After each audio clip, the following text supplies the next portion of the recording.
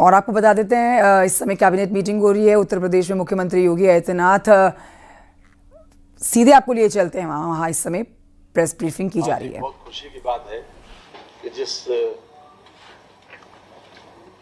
बात का बहुत दिनों से हम लोग इंतजार कर रहे थे कि निगम के माध्यम से आउटसोर्सिंग सर्विसेज को प्रोवाइड करना विभिन्न विभागों में जहां पर जैसी आवश्यकता हो, उसको भी मंत्रिपरिषद ने अनुमोदन कर दिया है। मैं सबसे पहले आदरणीय श्री ए.के. शर्मा जी से अनुरोध करूंगा कि उनका विषय केवल एक है, वो अपनी बात कह लें, तो उसके बाद हम आपसे बात करेंगे अन्य विषयों पर। Thank you very much. धन्यवाद सर।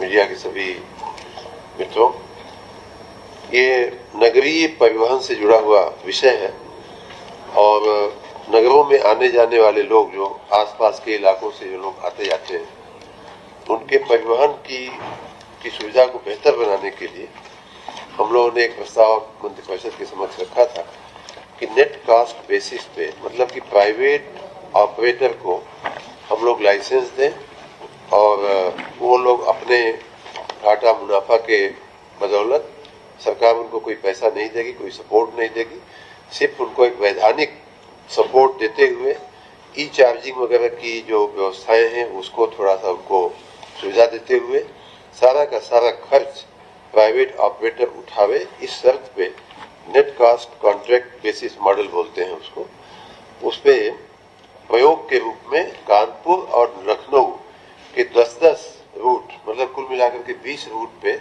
इस तरह की सुविधा करने का हम लोगों का मंशा है और उसे माननीय मंत्रिपरिषद ने मंजूरी दिया है।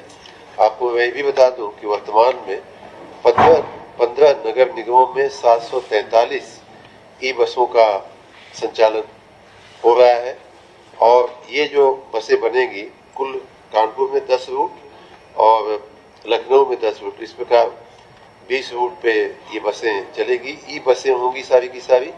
इसमें एक बस पर लगभग जो है, एक बस की कीमत लगभग 10 करोड़ के आसपास आएगी और थोड़ा उनकी जो चार्जिंग वगैरह की व्यवस्था है उस पर किया जाएगा। ये 12 वर्ष के लिए हम लोग ये कॉन्ट्रैक्ट उन प्राइवेट ऑपरेटर्स के साथ करेंगे। उनका जो भाड़ा है वो तय करने का अधिकार सरकार अपने पास सुरक्षित रखती है और बाकी उनको एक लाइसेंस दिया जाएगा जिसके चलते वो कर लेंगे। आपकी जानकारी के लिए चारबाग से लखनऊ की अगर बात किया जाए तो चारबाग से बाराबंकी, कामता से एयरपोर्ट, बालागंज से मोहनलालगंज, बालागंज से विराजखंड, घंटाघर से माल थाना, स्कूटर इंडिया से इंजीनियरिंग कॉलेज, चारबाग से देवा, चारबाग से कुर्सी, दुबग्गा से गंगागंज और घंटाघर से संडीला। ये लखनऊ के 10 रूट अभी चिन्हित किए गए हैं, फिर इसमें घटाया बढ़ाया भी जा सकता है। उसी प्रकार कानपुर के भी 10 रूट, राम देवी से जहानाबाद, फजलगंज से रूरा, घंटाघर से अकबरपुर, कानपुर रेलवे स्टेशन से बिंदकी, कानपुर रेलवे स्टेशन से बिठूर, कानपुर रेलवे स्टेशन से घाटमपुर, कानपुर रेलवे स्टेशन से IIT, घंटाघर से मूसानगर, कानपुर सिटी से सर्कुलर रूट। तो इस प्रकार इन 20 रूटों पे ये बसें प्राइवेट ऑपरेटर्स चलाएंगे। बसों की संख्या हर रूट पे 10-10 बस के हिसाब से एक हाँ जी, अभी एक से है, लेकिन उनको बढ़ाया भी जा सकता है। ऑपरेटर प्राइवेट होगा, उसको टेंडर के आधार पे उसका सिलेक्शन होगा, जो सबसे किफायती भाड़ा, सबसे किफायती शर्तें रखेगा उसका सिलेक्शन होगा और उनको चलाने की छूट मिलेगी।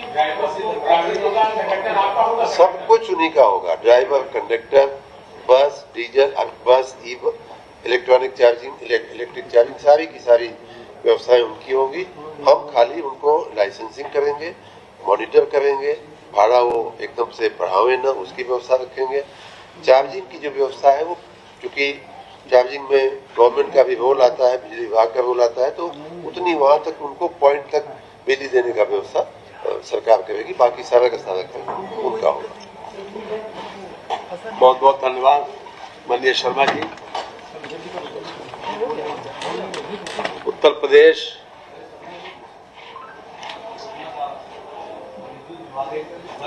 उत्तर प्रदेश आउटसोर्स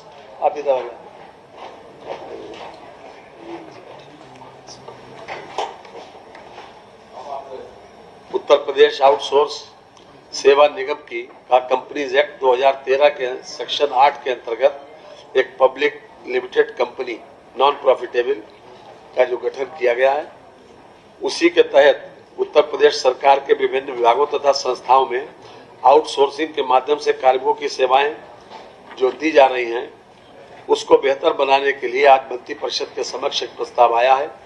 इसमें विशेष बात यह है कि नियमित पदों के अगेंस्ट इसमें आउटसोर्स या संविदा पर नहीं दिए जाएंगे। साथ ही साथ जो निगम है वो जेम पोर्टल के माध्यम से सर्विस प्रोवाइडर तय करेंगे, एजेंसीज तय करेंगे और इन लोगों का जो मानदेय है वो 16,000 से 20,000 रुपए तक होगा। साथ ही साथ यदि किसी प्रकार की अनियमितता पाई जाती है 3 वर्ष के लिए इनको सेवा का अवसर मिलेगा और किसी प्रकार की अनियमितता पाई अगर जाती है तो विभाग की संस्तुति पर जो एजेंसी है निगम के भी संज्ञान में लाकर उसकी सेवाओं को समाप्त किया जा सकता है। नियुक्ति की अवधि 3 वर्ष होगी और मैं समझता हूं कि अभी तक के जो आउटसोर्सिंग के लोग जो तरह तरह की बातें चल रही थी और काफी दिनों से इस बात की प्रतीक्षा थी, उसमें उन लोगों को विशेष रूप से सुविधा मिलेगी। इन लोगों को 1 तारीख से लेकर 5 तारीख तक इनका वेतन मिल जाएगा और जितने भी चाहे जो प्रोविडेंट फंड का जो प्रोविजन है, ESI का है, वो सब कुछ इनके खाते में ही जाएगा जो उस कार्मिक होगा, अर्थात जो किसी न किसी रूप में सेवारत होगा उसी के उसमें जाएगा। अभी तक क्या होता था कि यह सर्विस प्रोवाइडर के खाते में जाता था और तमाम तरीके की शिकायतें इस बात की मिलती थी कि सर्विस प्रोवाइडर ने ये नहीं किया, वो नहीं किया, तो उनको तमाम शिकायतों को किसी भी तरीके से न आए और हर तरह से एक पारदर्शी प्रक्रिया के तहत इन लोगों को सेवा का अवसर मिले।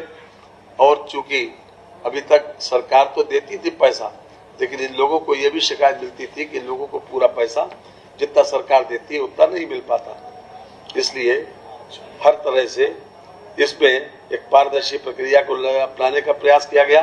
साथ साथ आरक्षण का भी प्राविधान किया गया। इसमें SC, ST, OBC, भूतपूर्व सैनिक, स्वतंत्रता संग्राम सेनानी आश्रित, दिव्यांगजन, महिला आरक्षण का प्राविधान भी इसमें किया गया है। बदलाव किया गया। अभी तक तो 10 और 12 वर्षों से लोग आउटसोर्सिंग में काम कर रहे हैं। अभी आपने बताया मैंने कहा ना कि 3 वर्ष के लिए किया जाएगा और एजेंसी को वो लोग कंटिन्यू कर सकते हैं। जी मानदेय बढ़ाने की व्यवस्था होगी जी 16,000 नहीं, हर साल की बात नहीं है, एक बार तो 3 साल के लिए होगा, लेकिन इन लोगों के लिए काफी व्यवस्था की गई है। क्योंकि अभी तक यदि कि मैटरनिटी अगर महिला है तो मैटरनिटी लीव उसकी व्यवस्था भी की गई है। साथ ही साथ अब तो हो गया